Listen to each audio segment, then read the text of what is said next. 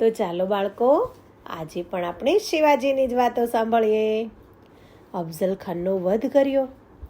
પછી શિવાજીના એક અંગત સેનાપતિ એવા બાજી પ્રભુ દેશપાંડે એમણે પોતાનું બલિદાન આપ્યું. હવે તો શિવાજી એક પછી એક ગૂંચવણમાં, કટોકટીમાં અને મુશ્કેલીઓમાં ઝઘડાતા ગયા. માતા જીજાને મળવાનો તો સમય જ ના રહ્યો. પન્હાળગઢમાં શિવાજી જ્યારે ઘેરાઈ ગયા ત્યારથી જીજા માતાને ચિંતા થતી હતી. એટલે પન્હાળગઢના ઘેરામાંથી છટકી વિશાળગઢ પર જ્યારે શિવાજી પહોંચ્યા પછીના થોડા જ દિવસમાં તેઓ જીજા માતાને મળવા પહોંચી ગયા. પન્હાળગઢની સાથે સાથે ચાકણનો કિલ્લો પણ ઘેરાયો હતો. આવા સમાચાર શિવાજીને મળી ગયા હતા. તેથી રાયગઢ પહોંચી અને ચાકણના કિલ્લાનો ઘેરો કેવી રીતે તોડવો એના અંગે જ વિચારણાઓ શરૂ હતી. ત્યાં જ ચાકણના કિલ્લા પરથી એક જાસૂસ આવી પહોંચ્યો. પુણેથી 20 ગાંવ દૂર સપાટ ખુલ્લા મેદાનની વચ્ચે 5 વીઘાના વિસ્તારમાં પથરાયેલો ચાકણનો કિલ્લો અડીખમ પથ્થરનો બનેલો હતો. ચારે તરફ પાક્કા બુરજો અને વચ્ચે તોતિંગ મુખ્ય દરવાજો. કિલ્લાની બહાર મોટી ઊંડી ખાઈ અને ખાઈની ફરતી વળી 13 ફૂટ પહોળી દિવાલ. સ્નાયુબદ્ધ શરીરવાળો કોઈ અડીખમ પહેલવાન પલાઠીવાળી આસન જમાવીને બેસી ગયો હોય એવો એક કિલ્લો દેખાતો હતો. એવા ચાકળ કિલ્લાને શાહિસ્ત ખાન ઘેરો ઘાલીને પડ્યો હતો. અને કેટલા દિવસ ખબર છે બાળકો? પૂરા 55 દિવસ.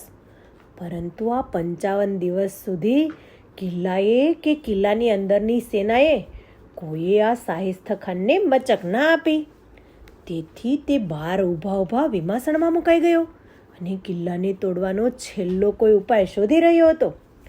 ઘેરાની શરૂઆતમાં શાહિસ્ત ખાને હુમલાનો દાવ અજમાવી જોયો.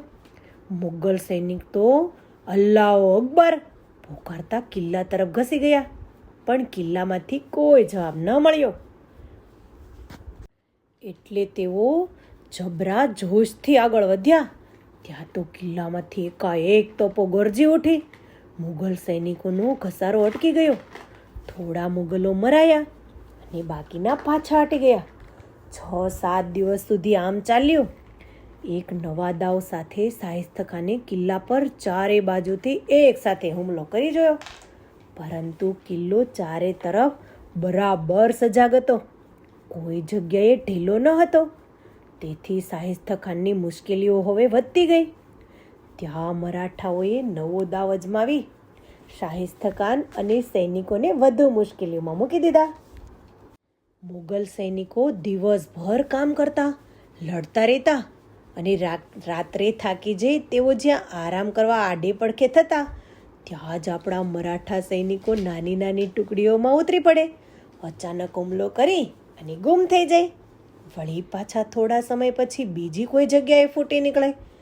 આવી રીતે મોગલ સૈનિકોની ઊંઘ થોડા એવા સૈનિકોએ હરામ કરી દીધી. મરાઠા સૈનિકો પોતાના આવા હુમલાઓને પંખી હુમલા તરીકે ઓળખાવતા. બાળકો, જેમ ખેતરમાં કોઈ અનાજ પાક્યું હોય અને પંખીઓનું ટોળું આવીને અનાજ ચણવા માટે કેવો હુમલો કરે, બસ એવું જ આ મુગલ સૈનિકોની સામે આપણા મરાઠાઓ કરી રહ્યા હતા. જેના કારણે શાહિસ્ત ખાનની વિશાળ સેના ખૂબ થાકી ગઈ. એમાં વળી એવોને સમાચાર મળ્યા કે શિવાજી પન્હાળગઢના ઘેરામાંથી છટકી ગયા છે. મુગલ સૈનિકોના તો જીવ હવે તાળવે ચોંટી ગયા. ચિંતા વધી ગઈ. કારણ કે બહારની બાજુથી શિવાજી હુમલો કરશે તો શું થશે? આમને આમ તેઓની ચિંતા અને ઉજાગરાઓ વધતા ગયા. બાળકો, તમને થતું હશે શિવાજી મહારાજ તો હાલ વિશાળગઢમાં છે, તો ચાકણનો કિલ્લો કોણ સંભાળતું હશે? એક એવા જ ફિરંગોજી નરસાળ નામના એક જબરદસ્ત સેનાપતિ. તમને ખબર છે બાળકો, 55 દિવસ સુધી આ શાહિસ્ત ખાનની વિશાળ અજગર જેવી સેના 20,000ની એનું મોઢું જબરી કુશળતાથી અને હિંમતથી દબાવી રાખ્યું હતું. તે જ આપણા ફિરંગોજી નરસાળ માત્ર 400 સૈનિકોની સાથે તેણે આવો દબદબો બતાવ્યો હતો. શિવાજીની જેમ તેના સેનાપતિઓ પણ ખૂબ કુશળ અને ખૂબ શૌર્યવાન હતા. આ બધાથી ત્રાસી જઈ શાહિસ્ત ખાને કિલ્લાને તોડવા માટે હવે એક નવી તરકીબ બનાવી. મુગલ છાવણીની છેક કિલ્લા સુધી પહોંચે એવી જમીનની અંદર સુરંગ બનાવડાવી અને સુરંગના કિલ્લા બાજુના છેડે દારૂગોળો ભરી દીધો. તેમાં લાંબી વાટો ગોઠવી મોકો જોઈ અને વાટને સળગાવી. થોડી વાર એક જબરો ધડાકો થયો અને કિલ્લાનો એ બાજુનો ભાગ હવામાં ઉડ્યો. શાહિસ્ત ખાનની આ છેલ્લી તરકીબ સફળ થઈ. પણ આ બાજુ આપણા મરાઠા સૈનિકોએ સમજી લીધું કે હવે આખરી લડાઈ લડવાની છે. એ માટે તેઓ તો તૈયાર જ હતા. કિલ્લાની તૂટી પડેલ દિવાલ કૂદી ફિરંગોજી અને તેના સૈનિકો તલવાર તાણીને બહાર ખડા થઈ ગયા. જરૂર પડે તો મારતા મારતા મરવાની પણ તેઓએ તૈયારી કરી લીધી. પણ એવી કોઈ જરૂર જ ના પડી. શાહિસ્તા ખાને કહેવડાવ્યું, કિલ્લો છોડીને નીકળી જવું હોય તો નીકળી આવો. ફિરંગોજી અને મરાઠા સૈનિકો ખરેખર બહાર નીકળી આવ્યા. સામે દુશ્મનો હતા ને બાળકો, તો પણ તેઓ બિલકુલ ના ડર્યા, કારણ કે તેઓ તો મોતને મુઠ્ઠીમાં લઈને જ લડતા હતા. શાહિસ્તા ખાને કિલ્લામાં જઈને જોયું, બધી તોપો દારૂગોળાના અભાવના કારણે ભૂખે મરવા પડી હોય તેવું દેખાયું. બંદૂકમાં એક પણ ગોળી ન હતી.